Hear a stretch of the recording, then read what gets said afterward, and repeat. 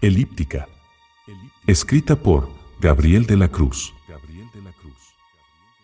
No es una decisión justa, su señoría. Si seguimos permitiendo tales atrocidades, nos vamos a ver en la obligación de renunciar a nuestra naturaleza humana.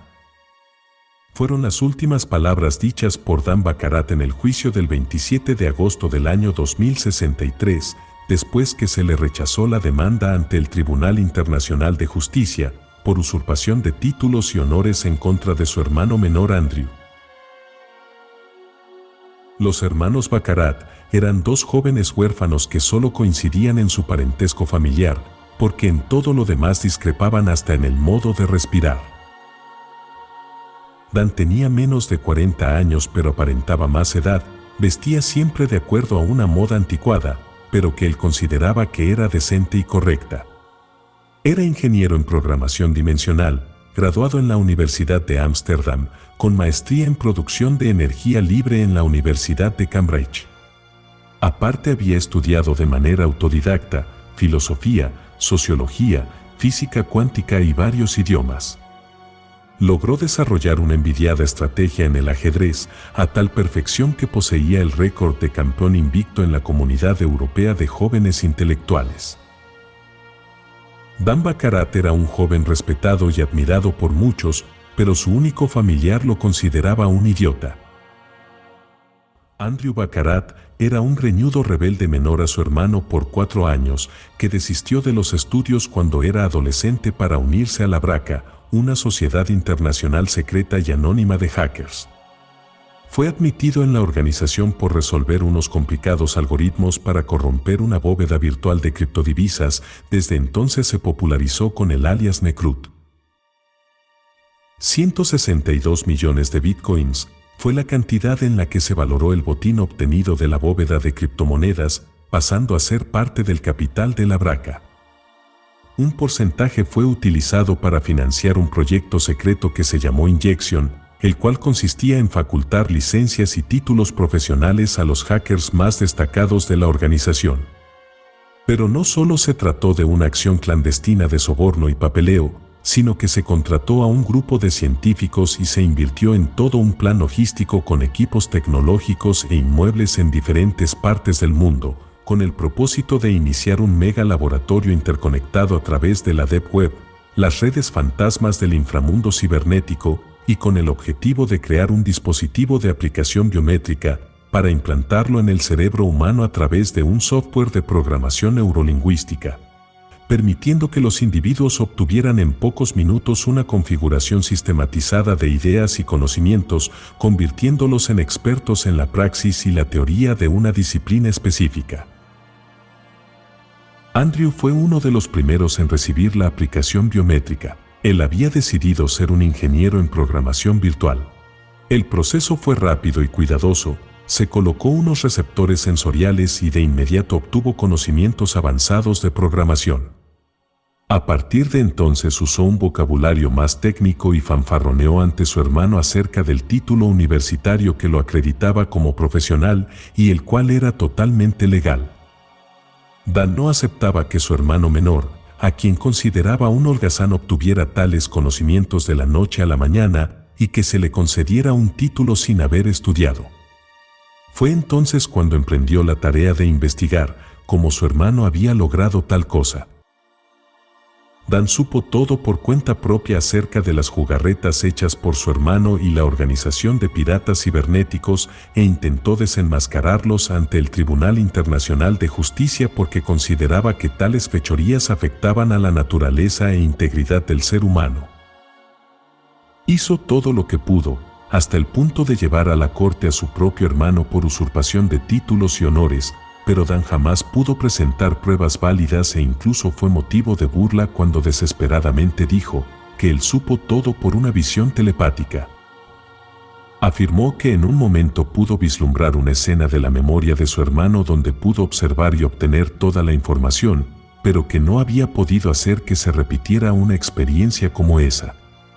Dan no soportaba con la carga de ser visto como un idiota, a pesar de haber dicho la verdad acerca de su hermano y de la BRCA.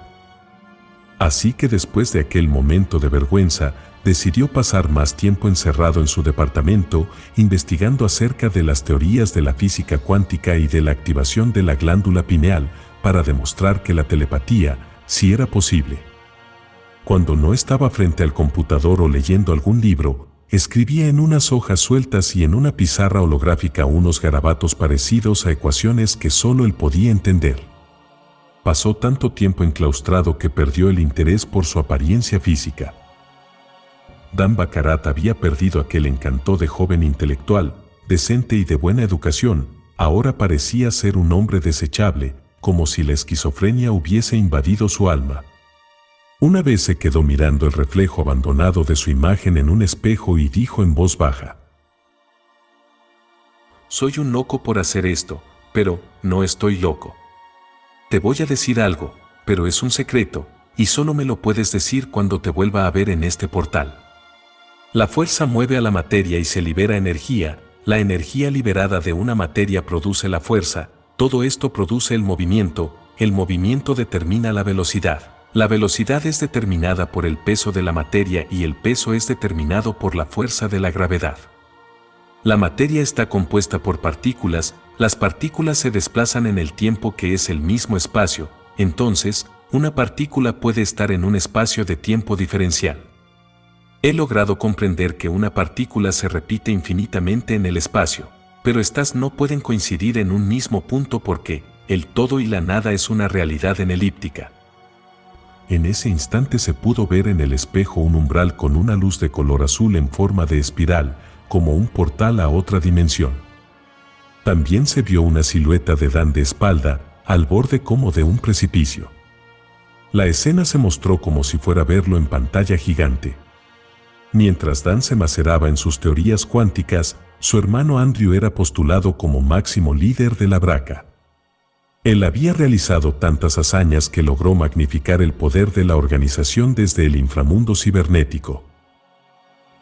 Una vez creó una corporación que recolectaba fondos para ayudar a las personas infectadas con el Doflet, el virus que afectó a gran parte del mundo entre el 2057 y 2059. Resultó que ese virus fue creado por Andrew y proliferado mediante las lentillas de contacto de realidad aumentada, usando a una de las compañías que pertenecían a la Braca para distribuir lentillas por todo el mundo a un precio accesible a todos los usuarios.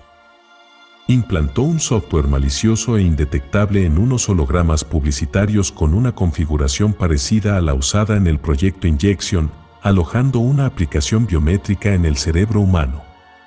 Todas las lentillas creadas por la compañía perteneciente a la Braca eran compatibles con los hologramas publicitarios, haciendo que cualquier persona que vio esos hologramas y utilizó los lentes de contacto de realidad aumentada, recibió subliminalmente una programación en el sistema neural, para luego perder algunos reflejos y presentar motricidad corporal descontrolada. Los expertos y líderes mundiales en sanidad y medicina ignoraban el origen de esa anomalía que afectó a muchas personas. Tales personalidades llegaron a la conclusión injustificada de que el Doflet fue un virus causado por el polen de una especie de flor desconocida y que los insectos se encargaron de proliferar el virus a los seres humanos.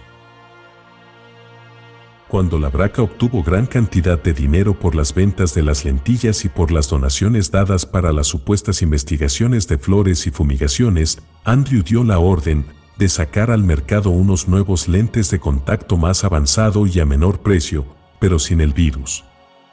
Así los casos de Doflet fueron disminuyendo y se le atribuyó a las fumigaciones de insectos que realizó la corporación inventada y a las vacunas suministradas por una de las farmacéuticas que pertenecía secretamente a la Braca. De esa manera Andrew garantizó el fortalecimiento y estabilidad de la organización por un tiempo.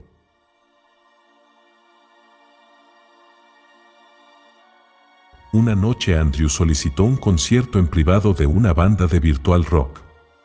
Se colocó los sensores de realidad interactuada dimensional con los que podía escuchar, ver, oler y hasta sentir a los hologramas y de la misma manera él era visto del otro lado de la conexión. Se recostó en un sofá de última generación y poco a poco empezó a revelarse enfrente de él la banda rockera holográfica con todos sus integrantes e instrumentos. Él se relajó a medida que aumentaba la euforia del repertorio, pero al cabo de unas cuantas canciones, algo incomodó a los músicos que miraban al mismo tiempo hacia un lado y de repente hacia otro. Estos decidieron parar con el toque, manifestando que al parecer había un intruso que estaba queriendo hackear la conexión, porque vieron a un hombre que aparecía y desaparecía en diferentes lugares de la sala. La banda declaró no poder continuar con el show. Andrew se enfadó y les pidió que se desconectaran. Luego se levantó del sofá y empezó a caminar por toda la sala gritando que a él nadie lo podía hackear. Se quitó los sensores y los lanzó al sofá, pero no habían caído estos cuando se apareció una silueta intermitente de un hombre parado justo al lado del mueble por 3 segundos y luego se desvaneció. Andrew se asustó porque él no cargaba ningún sensor, ni lentes de realidad aumentada y no tenía algún dispositivo holográfico encendido.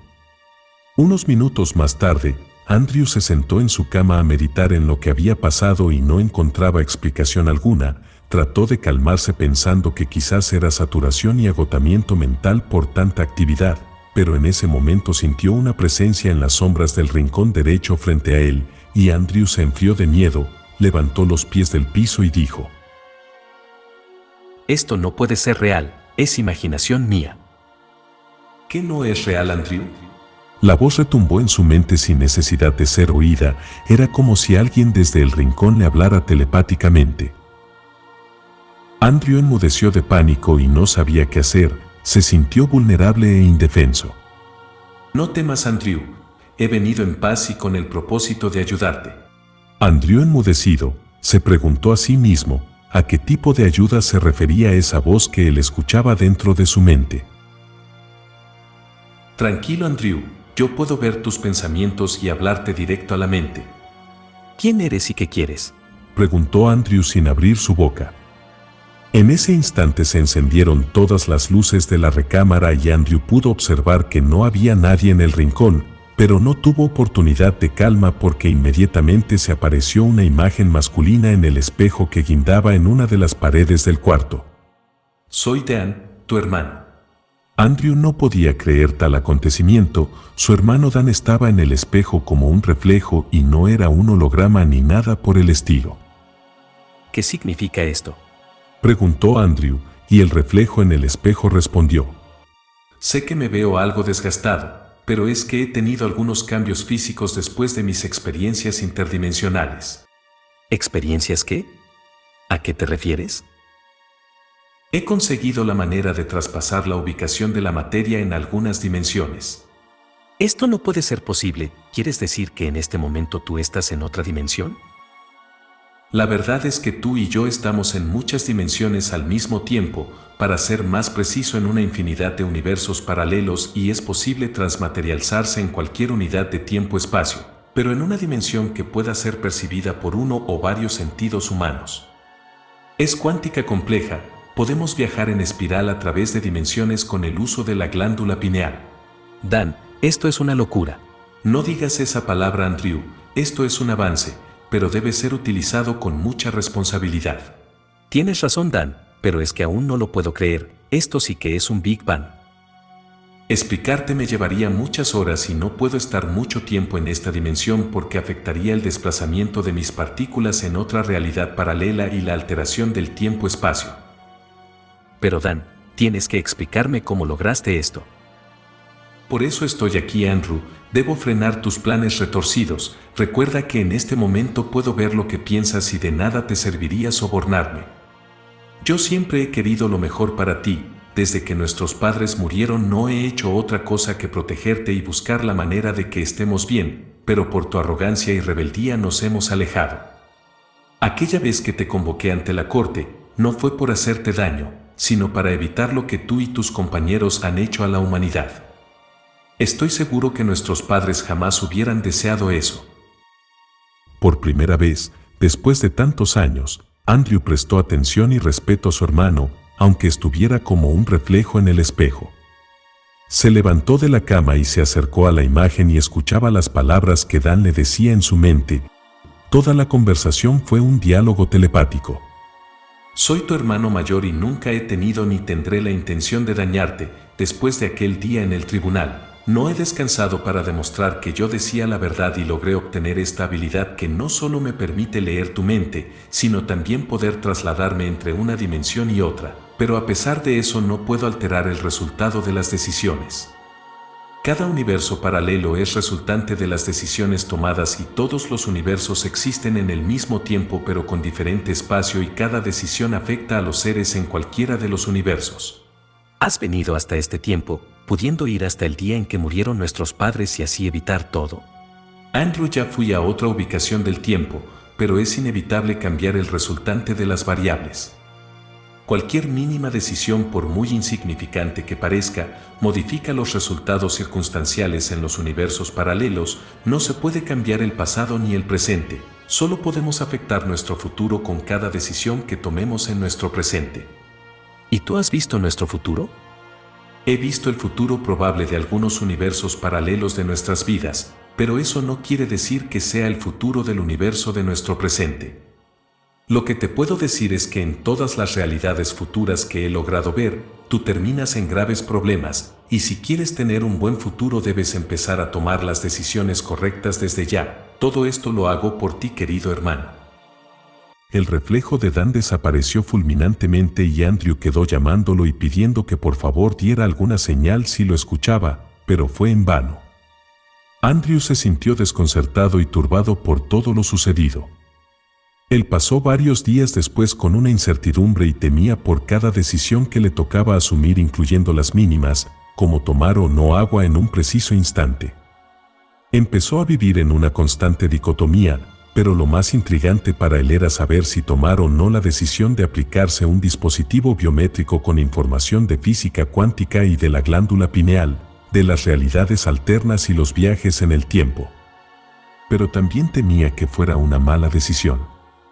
Una tarde, cansado de preguntarse siempre qué era o no correcto y angustiado de haber agotado todos los recursos tratando que Dan se volviera a aparecer en el espejo, decidió ir a visitarlo.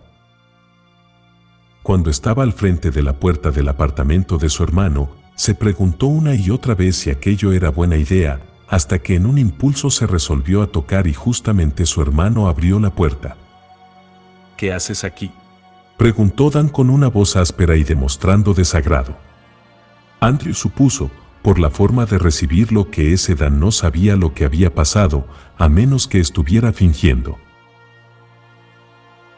Hola Dan, pues estaba por aquí cerca y quise pasar a saludarte. Ok, hola, ya saludaste así que adiós, estoy muy ocupado como para perder mi tiempo. Sí, supongo que es más importante para ti en este momento estudiar física cuántica y los beneficios de activar la glándula pineal que tener un tiempo con tu hermano. No me sorprende que sepas acerca de lo que yo estudio, imagino que usas a tus hackers para investigarme. ¿Por qué te interesa hablar ahora conmigo? ¿Acaso me necesitas para algo? Que yo sepa, tú no me necesitas, y para ti solo soy un idiota. Dan, quiero pedirte perdón. Ok, te perdono. Chao. Dan cerró la puerta tan fuerte que varios vecinos se asomaron para ver qué había producido tal ruido y solamente encontraron mirar a Andrew, quien sintió vergüenza y se fue de allí rápidamente. Después de aquel momento de cólera, Andrew tomó la decisión de implantarse todos los dispositivos de aplicación biométrica relacionados con física cuántica y glándula pineal.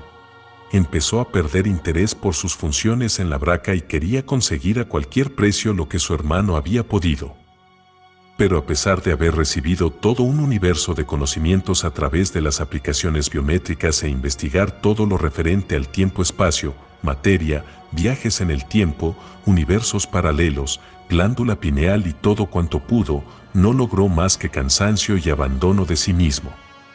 Intentó acceder al computador de Dan a través de la conexión de redes, pero le fue imposible, a pesar de que él era uno de los mejores hackers de todo el mundo. Andrew Baccarat cayó en un estado deplorable de frustración y ansiedad. No pasaba un segundo sin desear obtener la capacidad de transmaterializarse a través de las dimensiones y los universos paralelos. Un día convocó a todos los miembros de la Braca a conectarse en una conferencia en redes del inframundo cibernético y presentó a todos la propuesta de investigar acerca de la posibilidad de lograr el viaje interdimensional y la telepatía con el desarrollo de la glándula pineal y el uso de la energía libre.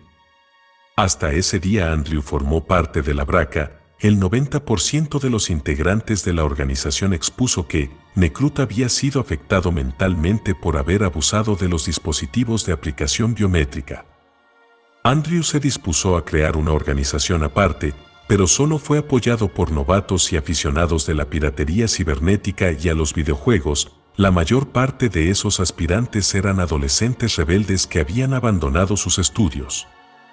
Andrew fracasó en el intento y se desesperó de tal modo que no dormía ni se alimentaba bien pensando en qué hacer para cambiar su suerte. Una noche, Andrew soñó que conversaba nuevamente con Dan a través del espejo. Le pareció tan real que lo consideró como un mensaje cierto por parte de su hermano, pero aquello lo hizo sentir más confuso porque en esa oportunidad, Dan le decía que no creyera nada al reflejo que se le aparecía en la realidad. Al día siguiente, Andrew pensó en buscar ayuda de algún intérprete de sueños y revisó a través de las redes si ofrecían tal servicio. Entre tantos anuncios, le llamó la atención el de una intérprete llamada La Vela, que aparte de ese servicio, también ofrecía los de educación para la activación de la glándula pineal y clases de telequinesis. Andrew decidió ir a visitarla y acordó una cita para las 3 de la tarde de ese mismo día. El consultorio de La Vela funcionaba en una cabaña alejada de la ciudad, donde aún existía vegetación. Cuando Andrew llegó, fue recibido por una mujer joven de apariencia conservada, vestía como si tuviera más edad de la que aparentaba, no usaba maquillaje ni prendas decorativas. Ella se presentó con el nombre de Anne Ruchet y Andrew respondió a la presentación con su nombre y apellido e informándole que él había apartado una cita con La Vela justo para esa hora. Anne lo hizo pasar y le mostró una pared donde estaban colgados varios diplomas enmarcados y medallas de mérito de diferentes universidades. Ella le comentó que eso era un reflejo de sus conocimientos. Andrew no se sintió sorprendido por aquella acción, más bien le pareció una absurda fanfarronería por parte de aquella mujer, pero luego se tragó tal idea cuando escuchó de ella. Todo conocimiento es basura si no se tiene salud mental. ¿En qué puedo ayudarle, señor Baccarat? Ya le dije que vengo por la cita con La Vela. Yo soy La Vela. Haberlo dicho antes, Dijo Andrew con cierto tono de apatía. Entonces, un mueble que estaba como a 1 metro de Andrew se movió hacia él, impulsado por una fuerza invisible, y Anne le pidió con mucha serenidad y amabilidad que por favor tomara asiento. Andrew abrió los ojos hasta el límite y con movimientos atolondrados se sentó y preguntó: ¿cómo pudo hacer eso? Con salud mental se puede hacer más que con tecnología, señor Baccarat. ¿Cree usted que una persona con salud mental pueda viajar a través del tiempo? El tiempo es solo un reflejo del movimiento circunstancial de la materia en el espacio. Si es posible, señor Baccarat. Andrew recordó el vocabulario usado por su hermano, que era parecido al que La Vela estaba hablando, y sintió un respiro de esperanza al ver que ella tenía conocimientos acerca de lo que él quería saber, y no solo eso, sino que también tenía la habilidad de la telequinesis. Así que le contó todo lo que había experimentado, incluyendo el sueño. La Vela lo escuchó atentamente mientras le sirvió una taza de té y luego le dijo: Señor Baccarat, no soy quien para saber si su hermano está siendo sincero con usted, pero sí le puedo decir con toda seguridad que no fue él quien le habló en el sueño, sino usted mismo. Pero fue la imagen de Dan la que me habló en el sueño.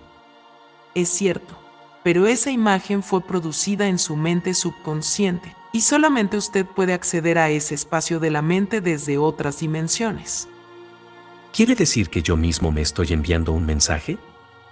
Es posible, señor Baccarat. Quizás usted se está enviando un mensaje de alerta para que no atienda a lo que su hermano le dijo. Debe observar cuál ha sido su reacción desde que el reflejo de su hermano le habló. Pues desde entonces no he tenido paz y he perdido muchas cosas que eran importantes para mí.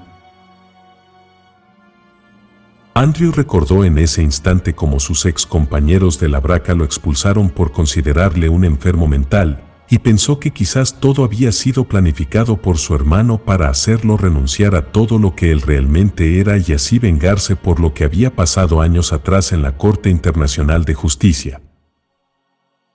Andrew se sonrió, pero con un gesto acongojado y hundió el rostro en sus manos.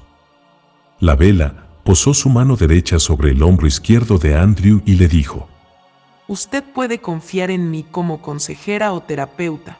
De igual modo, poseo varios diplomas que me acreditan, pero en ese caso ya sería como Andrew Chet y no como la vela.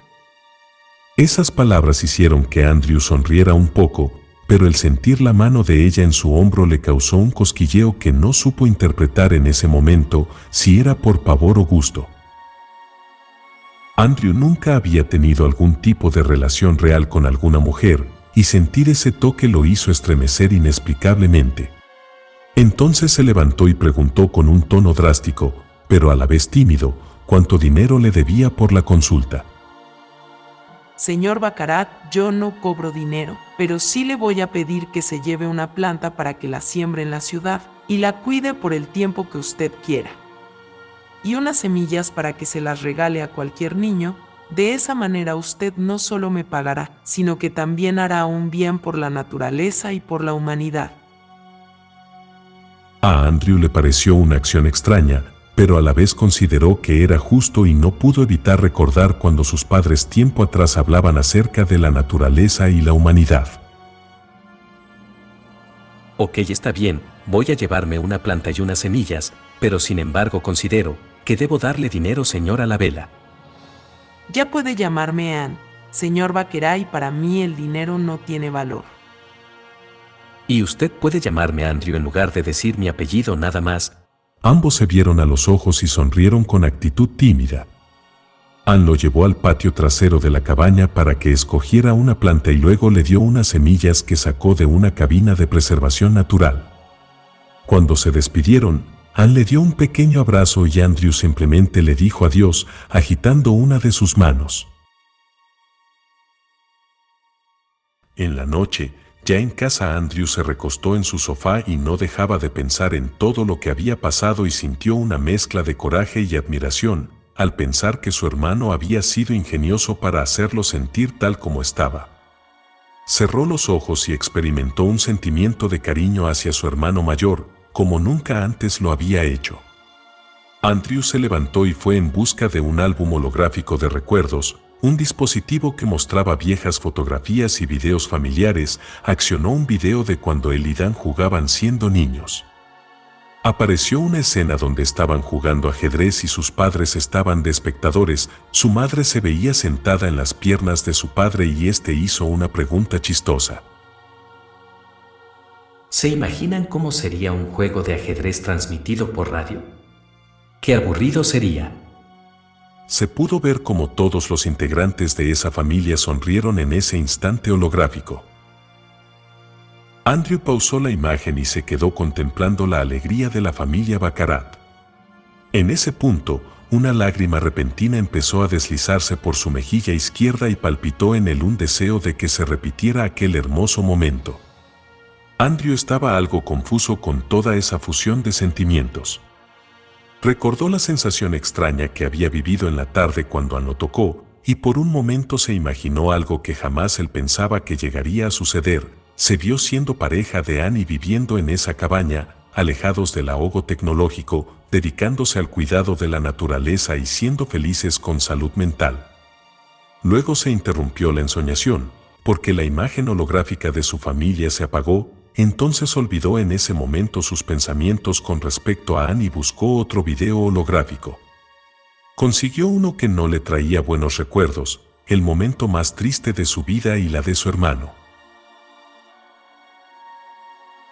Aquel video era del día en el que sus padres murieron. Andrew se sintió con valentía para verlo y lo encendió.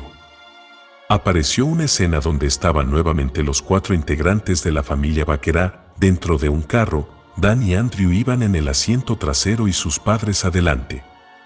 El papá conducía y la mamá hablaba a la cámara del móvil que ella misma sostenía. Hoy es un día especial, pues Andrew va a ir por primera vez a clase y nos sentimos muy alegres por eso. Yo, tu madre, estoy muy contenta y deseo que seas un hombre de bien a la humanidad y que nunca dejes de estudiar, por favor, te amo. Vamos a ver qué dice tu papá. Cariño, ¿puedes decir algo, por favor? Pero no mires a la cámara porque vas conduciendo.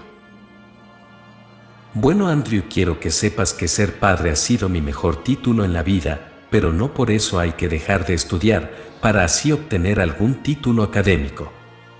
Así que te animo a que seas un buen estudiante y que hoy sea un día de aprendizaje para ti, hijo mío.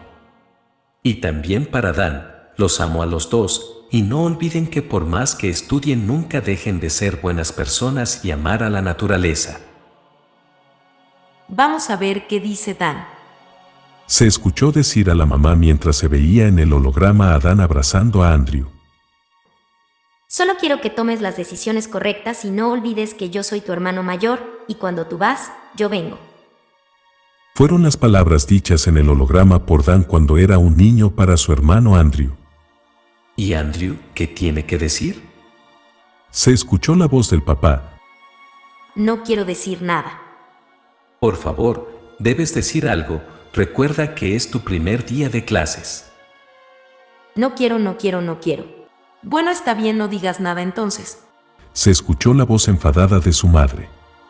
Luego se vio en el holograma una escena donde estaban los hermanitos Dan y Andrew frente a la escuela mirando a la cámara. A ver, Andrew, ahora sí, por favor, di algo. Se oyó a la madre decir. Pero el encuadre de la imagen holográfica bajó violentamente y se mostraba solo los pies de los niños. Andrew pausó el video y se puso a llorar recordando aquel fatal día en que vio junto a su hermano cómo sus padres murieron arrollados por un vehículo que perdió el control.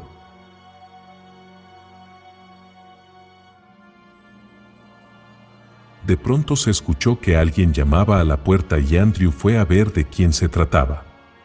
Era Dan, su hermano. Se veía bien vestido y con buena apariencia. Hola, Andrew. Estaba por aquí cerca y quise pasar a saludarte. La verdad que aquel día que fuiste a mi casa, yo fui muy grosero contigo y no debí tratarte así. Pues sea como sea, eres mi hermano.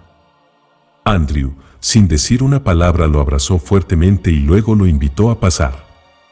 Dan lo miró de arriba a abajo y le preguntó si se sentía bien porque lo veía muy cambiado, y Andrew le insinuó varias veces acerca de todo lo que él había experimentado, pero se dio cuenta que su hermano no sabía nada, o al menos así parecía. Entonces Andrew le contó todo y Dan no sabía exactamente lo que Andrew había vivido, pero sí tenía conocimiento de otras cosas que también resultaron sorprendentes.